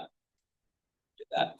One of the things we had talked about was, and I've expressed my concerns about the front row of pass-through traffic between the sidewalk and the first row of parking, Mhm. and whether we could make that sort of a dead end. And then, we'll have to look at it. And then curve that out, because there's a dead spot in the parking lot of just pavement that doesn't have any spaces in it. And that would restrict the pass-through traffic that tends to go past quite quickly in Pickleball, areas where pickleball, it's all throughout the day. I don't know where they're going, but traffic does kind of go quickly along that sidewalk where that's not your we have a group, lot of Bruce, pedestrian right? conflicts, especially with All right. kids, so. Okay. Well, I've seen it, I've been here and I have seen them zip, you know, and obviously we have a concern, heck, a lot of library, the kids crossing during the, for play group on Right. Monday. So if we could force that, if there was a way that we could force traffic to away from the building into those two driveways, that would certainly benefit.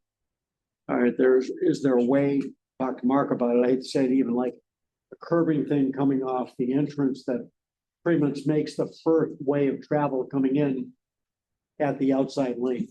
And if they want to come park this way, they have to circle back and come back and park. Yeah. And that might be as easy as anything, almost like what we see at Minichog, Yeah, as you come around the building. you go around there. That would be, if you make them turn and go right to the outside part, that's what you're talking about right there.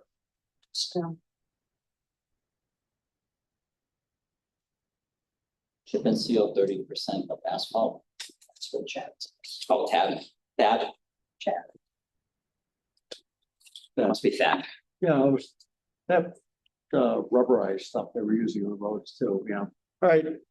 So Green Meadows, Minichog. What do they want for Green Meadows? You know? I don't think we've seen a specific request yet. I think on the capital plan, there was the automatic transfer switch, right? We're Oh, yeah, for that. oh, yeah, it's the $150,000 generator switch. For $600 a cut, for the guy comes twice a year, yeah. Okay, and then That's a Minichog, no. Okay, Minichog, wasn't it the boiler was the big thing? And I still go back, because I heard, I think it was Dr. Slaughter talked about, they've been keeping some extent the maintenance fund for Minichog. And he's guesstimated it's got $450 in it. Well, why do you think it's called a maintenance fund? fix the boiler. Right, there you go. So I think we should look at that a little harder, because that's why you have a maintenance fund. That's a no. And we already fixed the boiler last year, I mean, But it replaced one last year. yeah, right.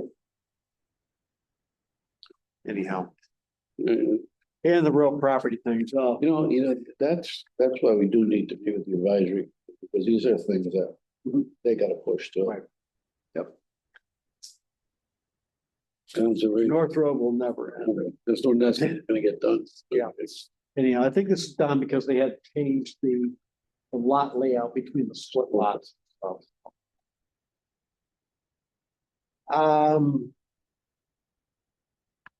I guess. We saw this request, is this the same?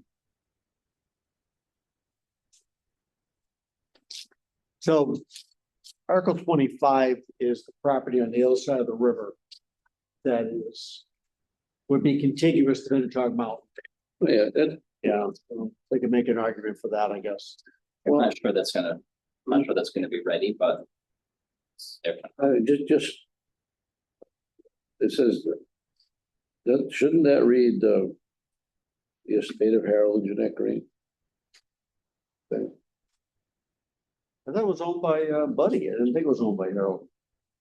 No, Buddy's the, right. Would be like this. maybe the description was wrong or something. So that, this hasn't been fully vetted yet. This was. Okay, yeah. like Which this brings from me back to MLT. the. Where did this article come from then? Who brought this Come from forward? MLT. MLT, yeah. Okay. Which brings, how much do they want for it? I've heard that was in discussion. How much do they have, we have in the conservation fund? Comes back to your other question. Go back to my other question, okay. All right, Not a lot, not that much. Put it that way. yeah, but we're asking to take it out from community preservation fund. Right. But if we can take some from the conservation fund too, I'm not supposed to make any difference, right? So, yeah, And then. but I don't think he owns, I thought it was Buddy Green's I property. think it's funny. I thought it was funny too. That's what you get in meetings in a small town. Funny part, like, you know, like, Eric, like, isn't that Joe's Yeah. street behind your house? Yeah, like, you're not gonna get that Springfield City Council time coming. 26, that was Jerry came before us. She was, is that one, Brian? But the 26 would be the conservation restriction from the town to Minnetonka Land Trust for property purchase in 25.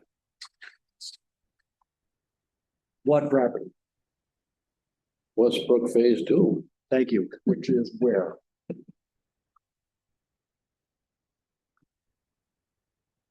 Isn't So I'll tell you what my assumption was, and you know what that means. My understanding is that if the town were to require Article 25, then it would grant the restriction for Article 26. But I don't know what the Westbrook Phase 2. I don't think, Again, I don't think that's the same thing. You don't think so? No, because I don't think that property would be called Westwood Phase 2. We're just hearing about it now. I didn't know if it had anything to do with when Sherry was bringing that CR and property up on South Road. I don't think that's that either. I think it's. I thought we were dealing with Westbrook back in 20 and 23. That wasn't the property next to the park, was it? Remember Oh, when yeah. Russ sold to the town or whatever? Maybe. Okay, great. I do have some emails on it, but I don't. I think that's what it is now, because that was, yeah. Yes, Right, I think that's it. Okay, great. gotta figure that one out. Laser And then grid. a CPA request for laser grading at Nickham Field. What's that? Well, it's the upper ball field of the park, Yeah, I know. laser grading, I mean, It's going to CPA. What? It's being presented to the CPA. CPC. why? What do you mean? I mean, why? What's laser grading? I don't know, but all I know is that Parks and Rec are submitting an application to the CPC for that work. Okay, but Is it isn't that part laser- of the upgrade to your baseball field when we pay for, we got a revolving fund with $100,000+, you know? I didn't tell you. We have, you know, how much this is? What's laser grading? Is that the, Very dangerous, not level? very dangerous. oh, Those lasers can be like, you don't need to have it level for kids. They're supposed to play on. I played on freaking. oh. In the street, Bring the brooms, no, No, street with. Dick's all in Brooklyn where you, Kick the beer cans out of the way and, oh, my soul. I played on gravel. Yeah, yeah, I did too. So when I grew up with the south end of Springfield, we were out in the street all the time. tough. My wife I- reminds me, you're not a street kid anymore. Oh, yeah. Isn't this great to hear? What Okay, and then general, do we got now? general bylaw amendments, the posting location. The time can only be done at a annual town meeting. Yeah. Amendments to the regional school agreement, I think, Donna, we sensing that's not gonna happen. I don't think so. On our Like, like, ever respond to him? did we have, you were, Yes, but not in full yet. A tractor can breed a baseball field. Busy time of year. What? what? Levette says any farmer with a tractor can breed a baseball field. I did it for years. You know, it brought my, no, it brought my, rototiller down. And then Billy Wilson used to bring his over as well.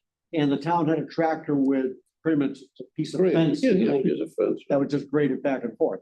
And it's still there. Heck, they have a scarifier that's over the thing, what takes the grass out of the infield. Anyhow, the Peter Hatch thing, Don, is there actually a possibility of working past 70? I don't. And I know that they like the fact he works on the engines and stuff, which is great. You know, I I asked town council if there was a maximum age. They could not find. okay. I know they limit him right now. He can't be active in the fire. He's there for, But there may, I mean, there's policy considerations to consider.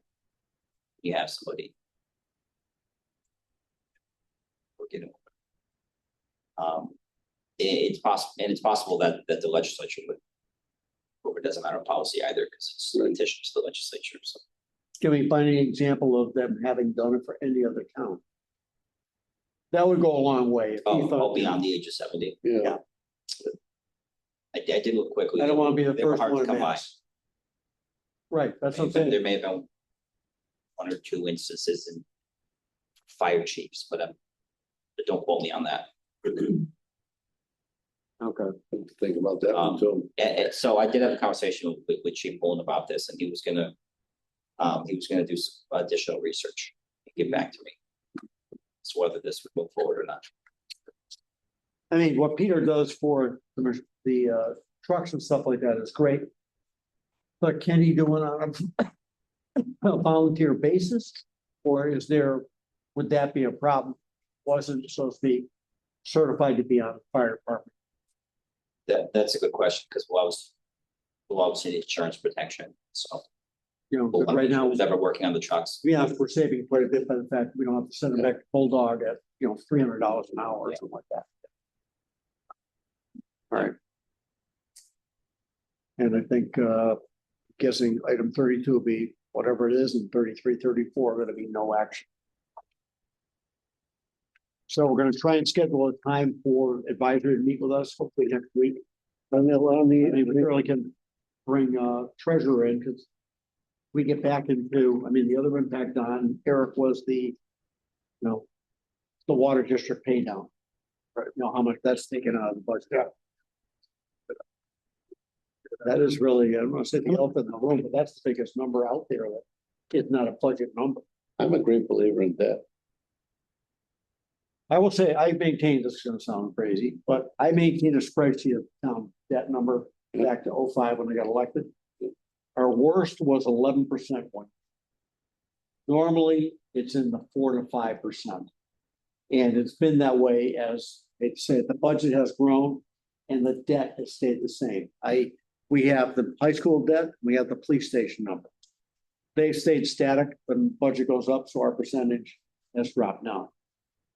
We really don't carry a heck of a lot of debt for a town this size. That's, and I would rather have the money go against the tax rate. I'd rather pay $50,000 a year than dump 400,000, 500. My point is, that's why you have a 30-year mortgage on your house. Well, I made that point before, back in you remember back in the day, we buy a dump truck, it was an override vote at the town meeting, and it took us 10 years to pay it off. Yeah. And now we're like, let's put it in this year and pay it off this year.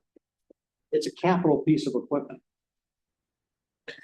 On the And we town still election. don't have an answer on fire station. Oh, Have we signed the contract with the architect. architect guy? I received the copy of the contract from town council today, and it was forwarded to the designer today, this afternoon. No, close. Okay, on the town election warrant, Yes. Could you check on the choose for a term of 2 years on the housing authority? I think that's right.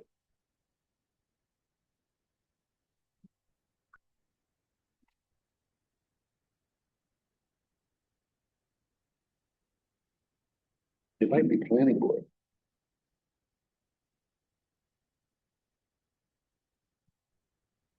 No, no, Housing authority, 2 years. I don't know who that be.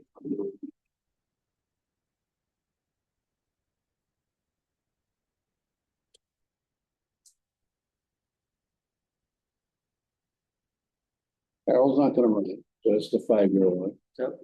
Right? Sherry, Butts is not up until 2029, I think, or 28. Amy just got elected. Right. My sister's serving to 2028. So is there actually, If we got, so why would there be another opening? Because the other two are appointments. right, it's- Yeah, you That's re-elected what- one that I mentioned. Yeah. There shouldn't even be enough, it must be a miss. But I think she did say there was a second park and rec. You're right, I don't think it's part of the right. yeah. I'm trying to find that email from Okay. town clerk. All right, Oh, yeah. okay, All right. all right, so Going right along. moving right along. Animal inspector, We're in favor. you want to have one? Okay, great. So Brian's suggesting that we, we should appoint the same people. What do you think, Eric? I agree. I agree. Great job, Inspector. You're Yeah. doing a great job. Unless, is there anybody else who wants to be the, right? I'll entertain a motion to reappoint Shelley Sears and Paul Morrissey as the animal inspector and the backup. What's the name of that? Alternate, Alternate. Right, because Sherry. to serve until Yeah, inspector on Right. animals. May 1st until April 30th. Why are these off dates like this? Don't know. I'll entertain a motion to change. Are we limited to 1-year appointment? I believe we are. One. The state says so. Can double check it. Yeah. Happy to double check. Double check that and see if we can change that second one to June 30th. Let's get them back on the right schedule. We're holding off on that. Yeah, because I mean, let's get it back to, rather than these off-year things done. Yeah, I know. Put them in the list. Okay, and what's the last one? Last thing is a request from the Old Townhouse Study Committee to ask the legal counsel to take a look at the old townhouse documents, the town meeting warrant and the deed to make sure there's no covenants in there that would any kind of use for the building or demolish the building or anything else. Why don't we get Eddie Coolidge? We don't have that kind of money. Remember him? He was the guy we hired for the school thing, the former city solicitor in Springfield. Yeah, great. So, Nice guy. I didn't blame him. It was his job. yeah, right, so they just want to make sure that if there's any decision that, they don't go down to some Yeah. road that Rabbit can't hole, get to. right. What do you think, Eric? Great. Money well spent to make sure we're covered, Yeah, I think we have to. due diligence, basically. Yeah, due diligence. That way bases are covered. Right. Which route we choose. Going forward, however, this gets back into low confidence in Brian. Is the board willing to, I'm gonna say, authorize the town administrator to respond to these type of requests? For use of legal counsel. I think, we had now Concom and now we've. Well, although the bylaw says that you have to get approved and select. Not by law, legal counsel. True, yeah. Nobody reads that. I apparently did. What were the chances? Right. All right, so, motion to, authorize legal counsel to work with it. I want to say this right. To work, with the town administrator on review of the deed and other documents associated with the town hall building on 625 Main Street. So moved. Second, All in favor? Aye. Keep the bill low. Yep. Thank you. shouldn't take long. We've got all the documents. You can just send them to her.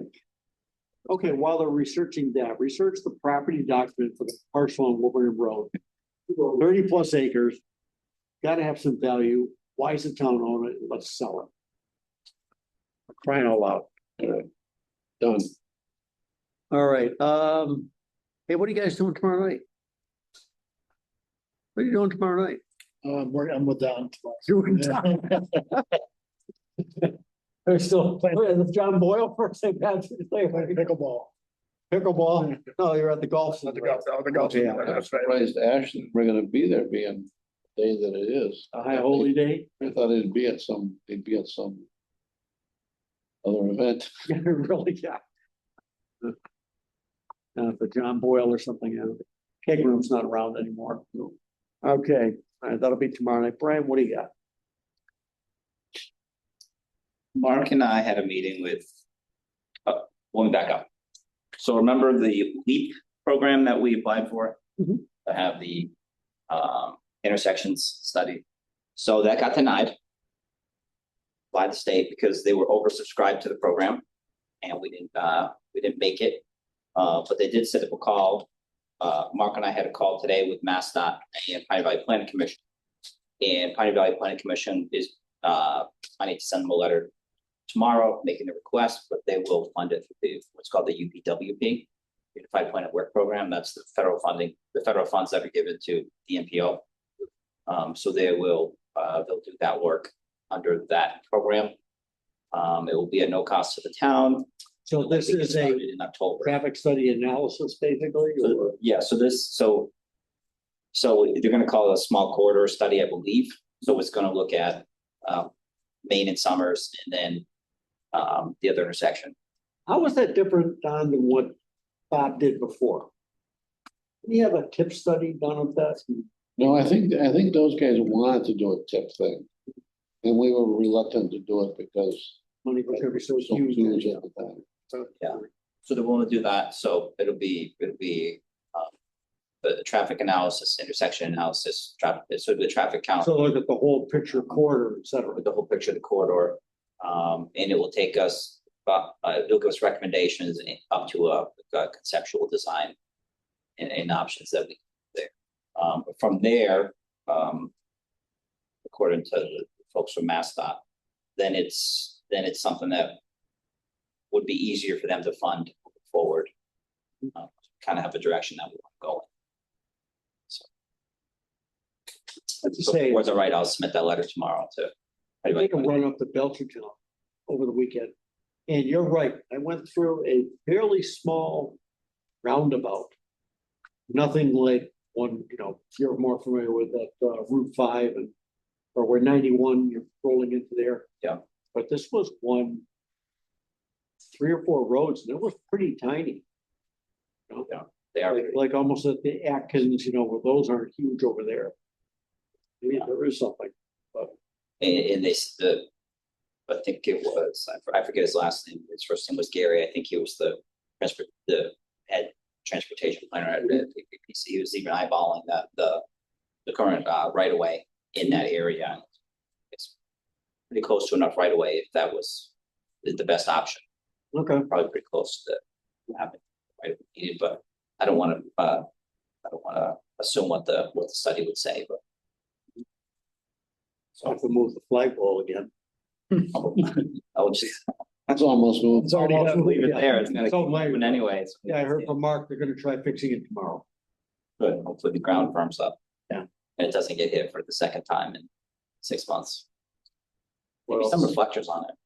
Put some reflectors on it. speaking of that corner.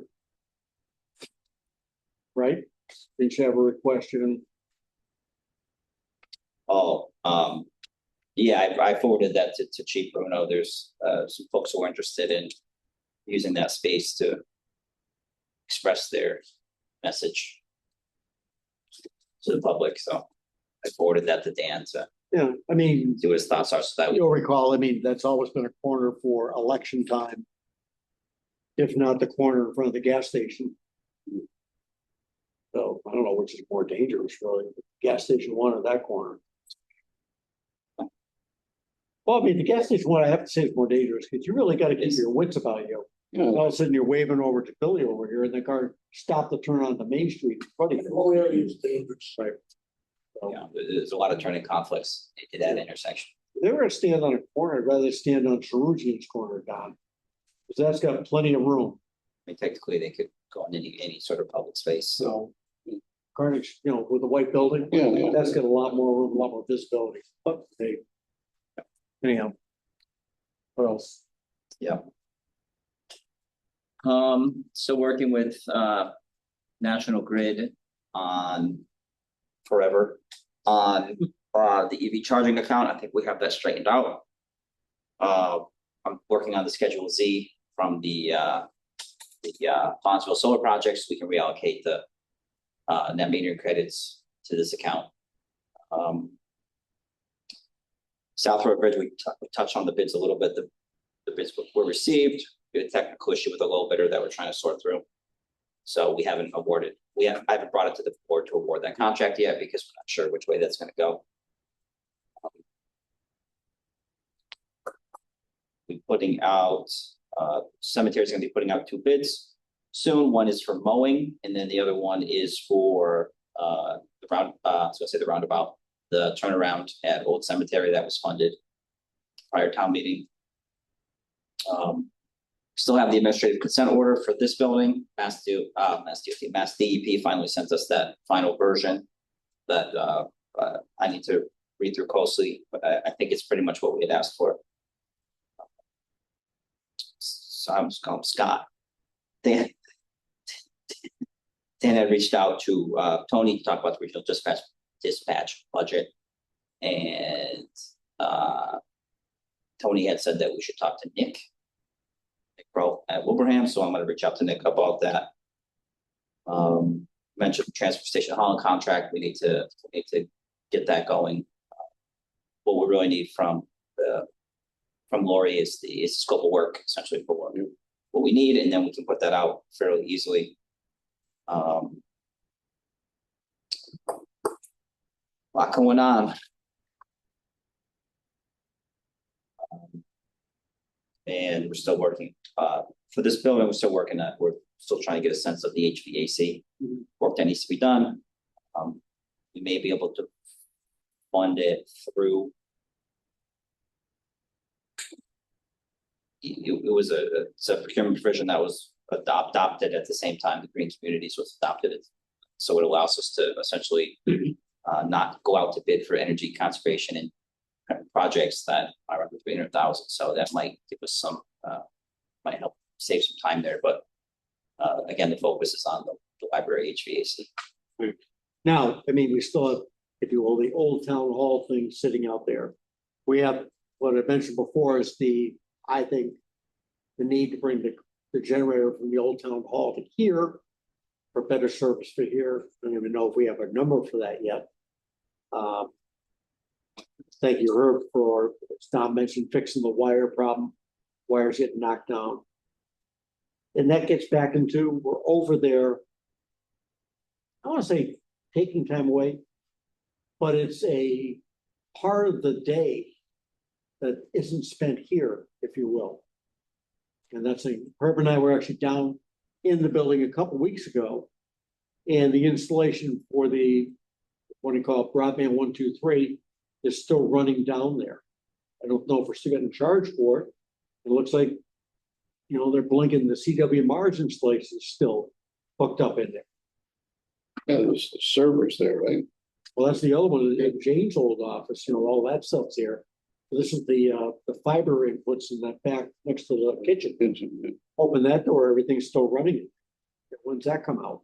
Are we getting charged for it? We are not getting charged for that. Right. We received an invoice for a day after the cancellation that was not paid. Okay, well, they're still live. Yeah, it is. So Herb and I had a conversation. I think we need to have the conversation about how do we want to handle that building going forward. Is it too soon to make a decision based on what the old townhouse committee's gonna say. Do we drain everything and shut everything off? Disconnect the generator? It's sort of, what do we do at this point? Because once we start draining things and shutting things down, then the building can deteriorate pretty rapidly, so. Yeah, I mean, obviously you want to worry about the cold time, but you're almost at the point where, okay. Yeah, we're almost at First off, that point. we didn't have hot water for the last 4 years there anyhow, so that's. It was still not, You still don't no have hot people- water. Right, so if you don't have people in there, the heat thing is, once you get that at point, we say it's okay, as of April 30th, we're not worried about the warmth anymore, right? You know, so turn the boilers off or whatever, drain the lines. But I still think we have to weekly inspections. Oh, absolutely, yeah. Right. And then electricity, I don't know if we still want to keep that on, there's still gonna be people I can't believe it's using much, I mean, you want to have building. Well, and to your point, we would need to go through and see what's still running. right, so I mean, you gotta keep the lights on, so. That can't cost a lot for just, although it seems like that light outside now never turns off on the corner, it's that floodlight. I have no idea where that switch is, if there is a switch. I came with the building back in the Edison design. So. Anyhow, I think it definitely needs to be talked about an end date for. Yeah. We'll take Herb's recommendation, you know. What we can start scaling down to keep the building, the Expenses. billing down, but we're still paying insurance. You know, we're still insuring the building doesn't go away. Right. And that gets back into what's happening with the fire department building committee. Are they still kind of on hold with the design change based on what's going on there? I still think that's the answer to that is yes. I think they were, I think the last communication we had was they wanted to wait for the designer to come on board. Or be able to see if it was feasible or not. They need to know what the line on the left is, you know, how far can. And again, that contract, I received that contract today and forwarded it, so hopefully. But I don't know how long that's gonna take till they get an answer. Motion to adjourn. So wait a minute, sorry, sir, did you have a question? I did. These gentlemen were ahead of me though. No, Oh, no, they're We're good. here for the cookies, Okay. that's it. I got too many questions. No milk today, Brian, sorry, just cookie. All right. Yeah, my name is Bruce Foss. I live on Kelly Lane. I received Ruth, did you get that? Ruth? It's Kelly Lane, Bruce, what's your, Foss, F-O-S-S. thank you. Really? Yes, Was your wife Kathy?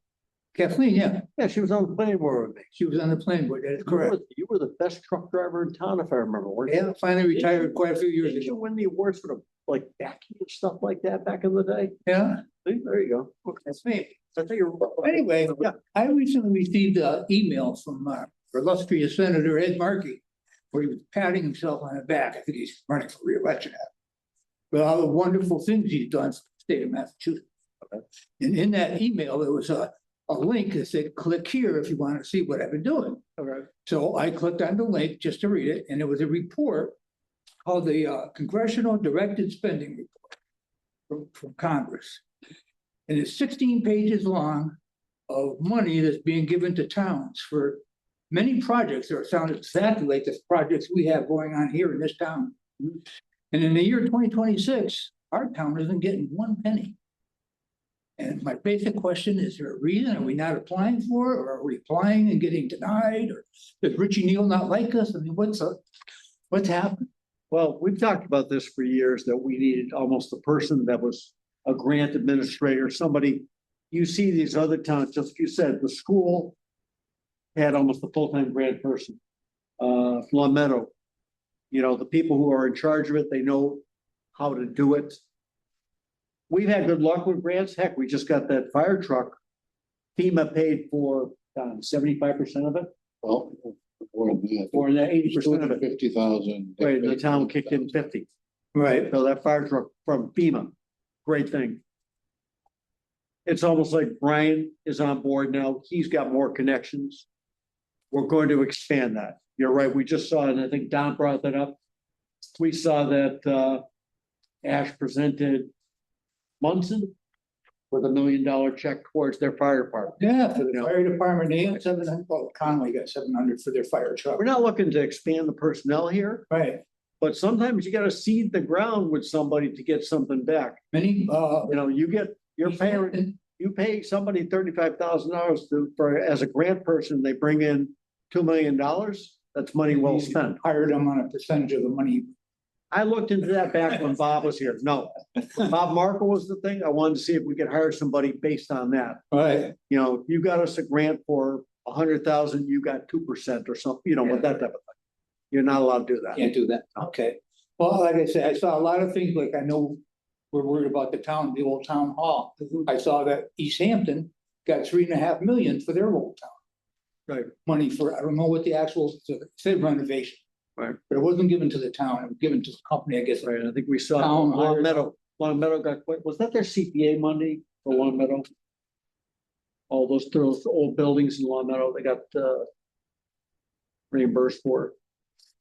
I know you're right about East Hampton. Yeah, and then there was many communities that got money for their senior centers, for improvements and renovations and stuff. But then there's other towns, you look at what the problem is. South Hadley or Hadley's got the huge problem right now. Badly. Hadley, you know, their budget is, I think they have a choice of 2 overrides, was one 9 million and with the others 100 million for their schools. Yeah. So right now, we're trying to do what we can. We really are. I know your tax bill is probably like surprising So I sometimes. wasn't happy with it. Yep, but I don't see, I don't, I'm on a fixed income now. right, but we're not living in a lap of luxury. Yeah, right. You know, we got these chairs donated to us from Mass Mutual. Well, there you go. Finney got them, I think, 12 years ago. Yeah. So use everything we can. So anyway, that was my basic question when I Good saw point, it. good point. Good. So, How do, you know, we're not so getting, what I hear from you, Bruce, is that you're retired and you'd like to be that person in charge of getting us free money. Is that what I heard? I wouldn't have a clue on how to write one for grant requests. I'd have to do a lot of homework on that. Well, if anybody's online listening to this, we are looking for that kind of person. I mean, we know some people, Amy's probably terrific at that. You mentioned, I think the lady that Ryan mentioned that works for them lives in town, right? Heather? Isn't that? Yeah. So this and that. So I think there's people out there with that skill set that could help us, you know. So you bring up a good point and thank you. Okay, well, that was my I'm basic. probably about to stay here all the time. Thanks for coming in. No, that's right. Thanks for I'm coming trying to keep my weight. No milk, no good. Listen to him. Thank you for your time. Thanks for coming in. Good to see you again. Hey, the boss. Thanks for bringing it. All right, All right, motion to adjourn. Second. all in favor? Aye. Aye. I'm sorry, Tad, did you have something? I didn't mean it. Oh. All I got is myself. No,